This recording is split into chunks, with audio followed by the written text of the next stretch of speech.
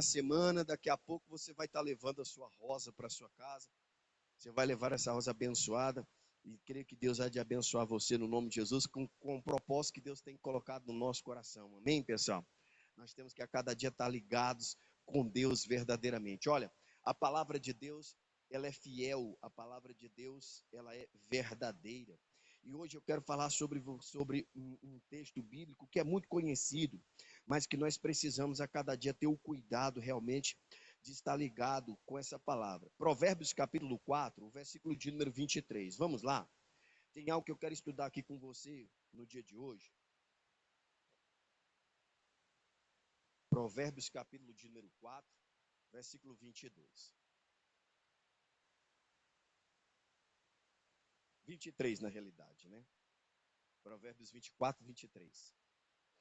4, 23. Todos acharam?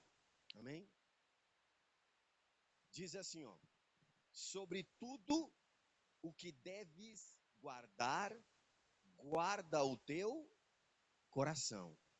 Porque dele procede as saídas do que, pessoal? Então vamos repetir mais uma vez? Olha só o que está dizendo o texto. Sobre tudo, ou seja, de tudo, de todas as coisas que você possa imaginar, que você possa buscar guardar, aquilo que você talvez venha medir ou imaginar que seja importante, que seja primordial na tua vida. Então, sobre tudo que você possa imaginar, a Bíblia está dizendo que o mais importante é o teu coração. Então, sobre tudo o que você deve e nós temos que guardar, ele diz que é para nós guardarmos o nosso coração. Por quê? Aí ele vai estar fazendo a pergunta e respondendo. Por quê? Porque dele procede o quê? As saídas da vida. Então nós temos que ter um cuidado muito grande com o nosso coração. Cuidado com o que você realmente tem guardado no seu coração. E cuidado para quem você muitas vezes está abrindo o seu coração. Porque muitas vezes, pessoal, quando abrimos o coração para alguém, ou quando guardamos algo no nosso coração, e aqui é uma mensagem muito extensa, é um estudo muito grande, mas nós temos que parar para analisar. Cuidado com aquilo que guardamos em nosso coração, mas cuidado para quem abrimos o coração para expor coisas que verdadeiramente, pessoal, não é para qualquer um. Veja que quando nós falamos sobre o coração, nós estamos falando sobre algo que é muito particular, que é muito íntimo, não é para qualquer um, não. Nós não temos que sair abrindo o nosso coração e expondo para qualquer pessoa, porque isso é um risco, porque dele procede as saídas da vida. Então, dependendo para quem você expõe teu coração, você pode simplesmente correr o risco, pessoal, de ver essas saídas da vida sendo entupidas, e aí você simplesmente perder aquilo que você tem de melhor. E aí a gente vai dar um exemplo aqui para você, que eu não quero me adeter muito em muitas explicações, de uma forma que você possa compreender. Isaías 39, vamos lá? Vamos conhecer alguém que cometeu esse erro. Qual foi o erro que o cidadão cometeu? Vamos conhecer agora. Olha o erro que o cidadão cometeu de fazer o quê? De expor verdadeiramente coisas que ele não tinha que ter exposto. Então, cuidado, muitas vezes, com para quem você está expondo, com quem você está conversando. Cuidado, tenha cuidado. Ele diz assim, ó. Naquele tempo, enviou Merodach Baladã, filho de Baladã, rei da Babilônia, cartas e um presente a Ezequias, porque tinha ouvido dizer que havia estado doente e que já tinha o quê? Convalescido, ou seja, já havia vencido, superado, ou seja, havia realmente se recuperado daquela enfermidade. E foi o que aconteceu. Se você pegar, por exemplo, o capítulo 38, que é uma outra mensagem muito bonita, vamos ver o que aconteceu? Olha o que diz aqui no capítulo 38. Ele volta lá no capítulo 38, só para a gente ver, ó. Naqueles dias, Ezequias adoeceu de uma enfermidade mortal, ou seja, acabou, o cidadão não tinha mais o que fazer, ele morreria. De uma enfermidade mortal. E veio a ele Isaías, filho de Amós, o profeta, ele disse, assim diz o Senhor, põe a tua casa em ordem, porque morrerás e não viverás. Então foi uma profecia, irmão, muito pesada, aonde todo o povo de Israel ficou sabendo dessa profecia, aonde realmente todo mundo, quando ouviu falar, isso impactou as pessoas, e era algo que realmente ali foi decretado, que parecia não ter jeito. Mas olha que coisa interessante, é que o Ezequias aqui, ele fez algo, irmão, que nos ensina uma grande lição. Não é a nossa mensagem, mas olha o que aconteceu. Então virou Ezequias o rosto para a parede e orou ao Senhor. Olha como é que o Ezequias então conseguiu reverter um quadro que já havia sido decretado como seu fim. Ou seja, olha como ele conseguiu realmente mudar a situação. O que eu quero mostrar com isso? Que nós, com Deus em nossa vida, podemos qualquer coisa, irmão. Não há nada que nós não podemos resolver com Deus e por meio da oração. Com oração você resolve qualquer situação. Não há nada que você não coloque diante de Deus pela oração que Deus não resolva, que Deus não mude a situação.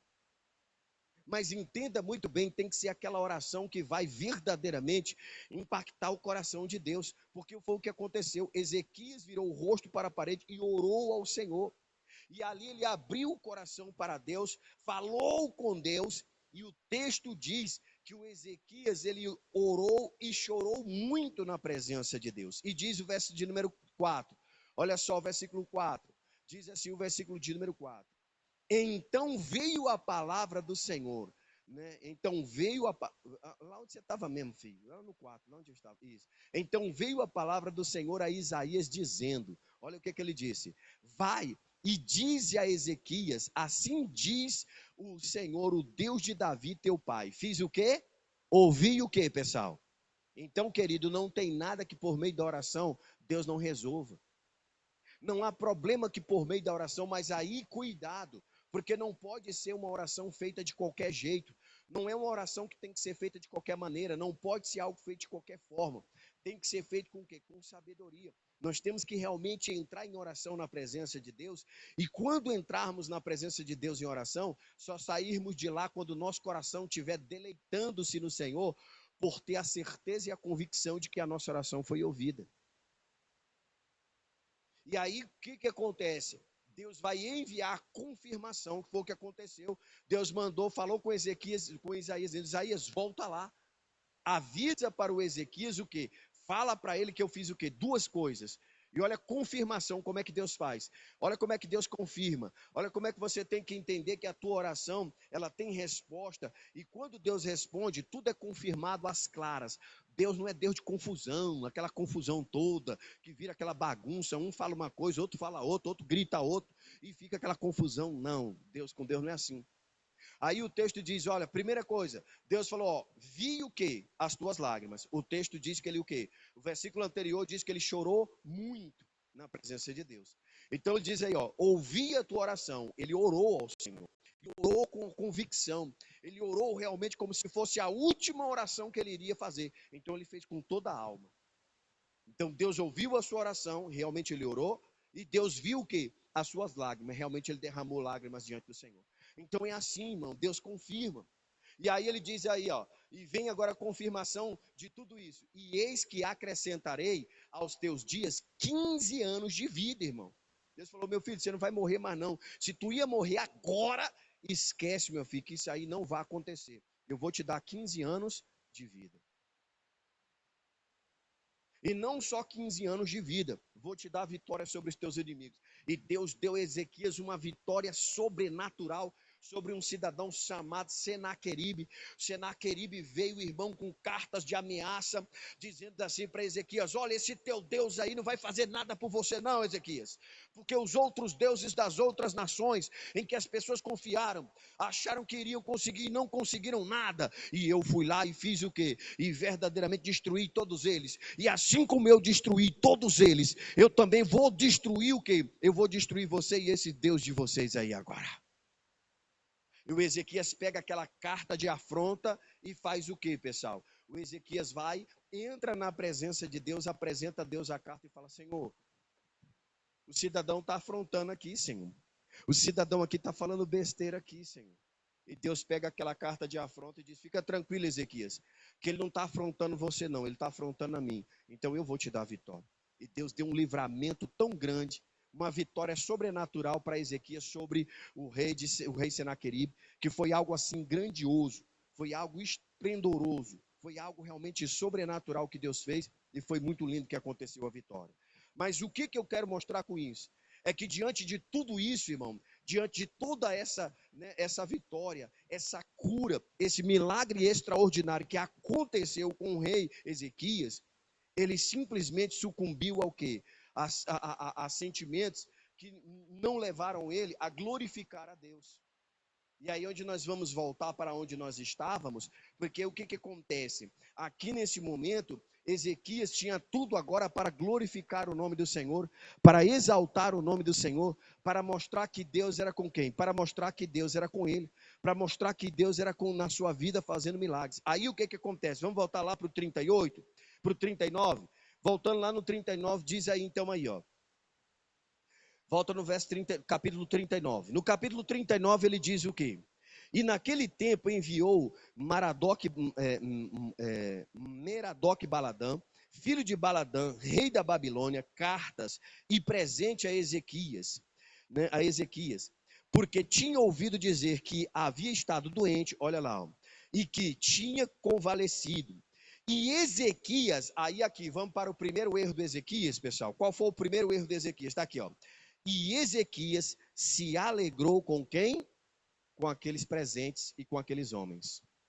Aqui está o primeiro erro do Ezequias. O Ezequias se alegrou com aqueles presentes que ele havia recebido daqueles homens estrangeiros que ele não conhecia, não sabia quem era, vinha de uma terra distante, não sabia quem eram aquelas pessoas, e ele recebeu os presentes e se alegrou com aqueles homens. Cuidado, meu irmão. A Bíblia diz que a alegria do Senhor é que é a nossa força. Se nós temos que nos alegrar, nós temos que nos alegrar no Senhor. Se nós temos que nos alegrar, nós temos que nos alegrar em Deus. E aí, com esses presentes que o Ezequias recebeu, que o inimigo ele é assim, o inimigo sempre vai oferecer coisas a você para tentar te seduzir e ganhar você por meio exatamente do quê? De coisas, né, de sutilezas, para seduzir você e fazer você abrir o coração. Ezequias simplesmente se alegrou com eles. E fez o quê? Olha aí o segundo erro. E mostrou-lhe a casa do seu tesouro. Eita Deus. Segundo erro de Ezequias, mostrou a casa do seu tesouro. Esse foi um erro gravíssimo que o Ezequias cometeu. Jesus certa vez disse que aonde está o teu coração, ali está o teu tesouro. Se o nosso coração está em Deus, meu irmão, Deus é o nosso tesouro. Se o nosso coração está em Deus, é Deus que é o nosso tesouro. Então, cuidado. Ele foi lá e mostrou o quê? E mostrou o seu tesouro. Aí olha o que aconteceu mais. Ele mostrou a casa do seu tesouro. E a prata e o ouro.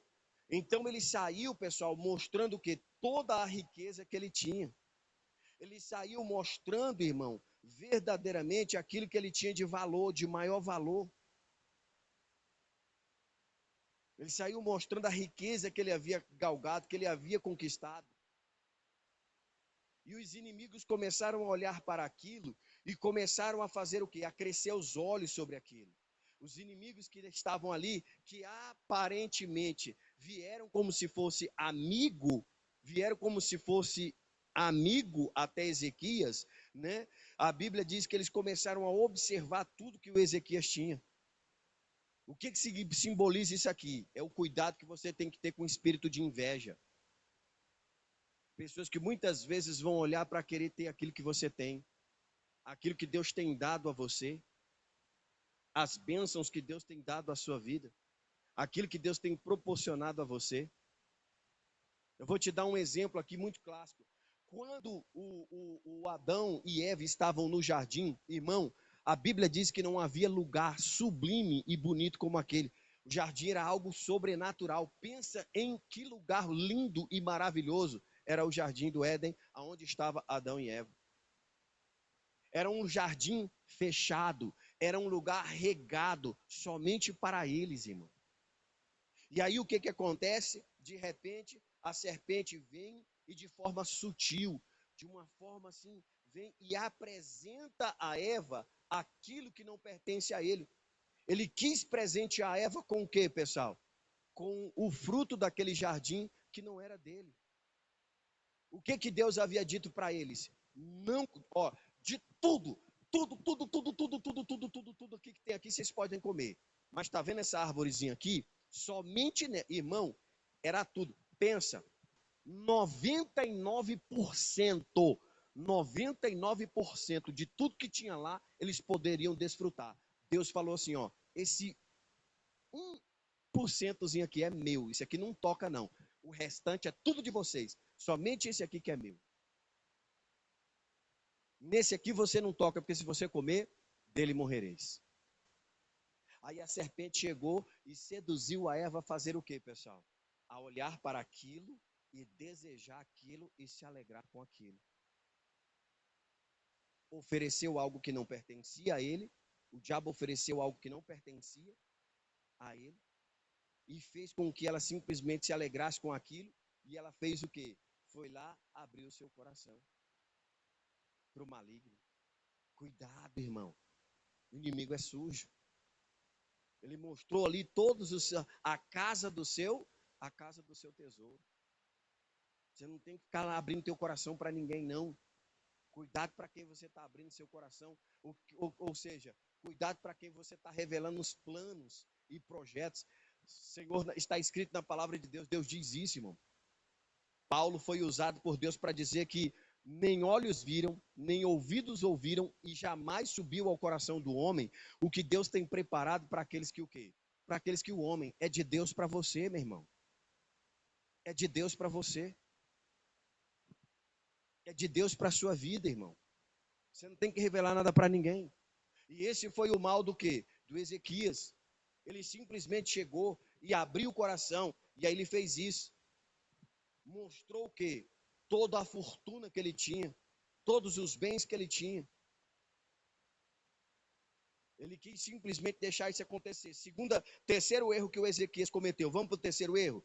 E as especiarias, pessoal. Especiarias. As especiarias aqui são os perfumes, os melhores perfumes que era produzido naquele lugar. Sabe o que representa aqui os perfumes? Os perfumes representam intimidade. É a sua vida conjugal. É a sua vida familiar. Você está expondo para todo mundo. Cuidado, não exponha não. Não fique revelando para outras pessoas, não. O que você tem que falar é entre você e Deus. Se tem alguém que tem que saber de alguma coisa, se tem alguém que você precisa conversar, se não tem com quem conversar, meu irmão, dobra o joelho e vai falar com Deus. Procura ter intimidade com o Senhor. Procure gastar mais tempo com Deus, abrindo o coração para Deus. Mas não sai falando para Deus os seus problemas, né? Não sai falando para os outros os seus problemas, não. Às vezes você não faz ideia. Você pode achar que aquela pessoa quer o seu bem. Ezequias achou que aqueles homens queriam o bem. Não, Ezequias, estamos aqui porque a gente soube que você estava bem, a gente soube que você estava doente, mas agora você está bem. E olha, a gente trouxe presente aqui, ó, para se alegrar com você, para mostrar para você que a gente se preocupa com você, para mostrar para você que a gente está aqui, ó, torcendo por você. E o Ezequias caiu naquela conversa. E às vezes você está caindo na conversa de muito neguinho aí que quer só saber da sua vida para poder, né?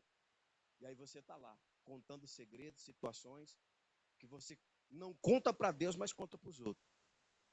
E se contou para Deus, é aquela pessoa que não sabe simplesmente se conter.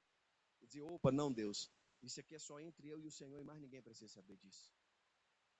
Acabou, meu irmão. Ninguém mais precisa saber. Piarias aqui está falando de vida íntima. Falando da sua vida conjugal, sai abrindo, expondo situações, problemas para todo mundo. É a pessoa que às vezes está lá, chega no trabalho, triste. Ah, como o diabo é sujo, irmão.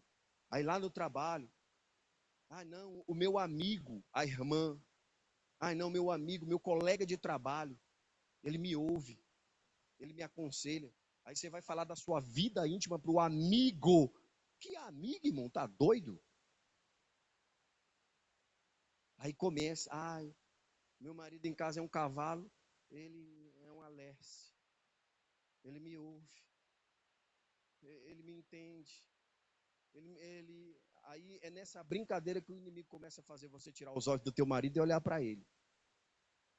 E ele já está ali só na espreita, porque a intenção dele é essa.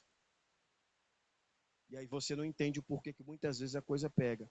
Aonde muitas vezes a traição acontece, aonde muitas vezes o esfriamento conjugal simplesmente se manifesta, onde muitas outras situações se manifestam.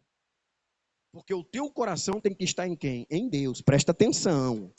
Presta atenção. Ouve a palavra. Para e dá atenção à palavra, porque Deus está falando. Não deixa o inimigo te enganar, não. Cuidado, tem que atender bem a palavra, que é para você entender, compreender o que Deus está falando. Que é para não vir com coisinhas. Cuidado.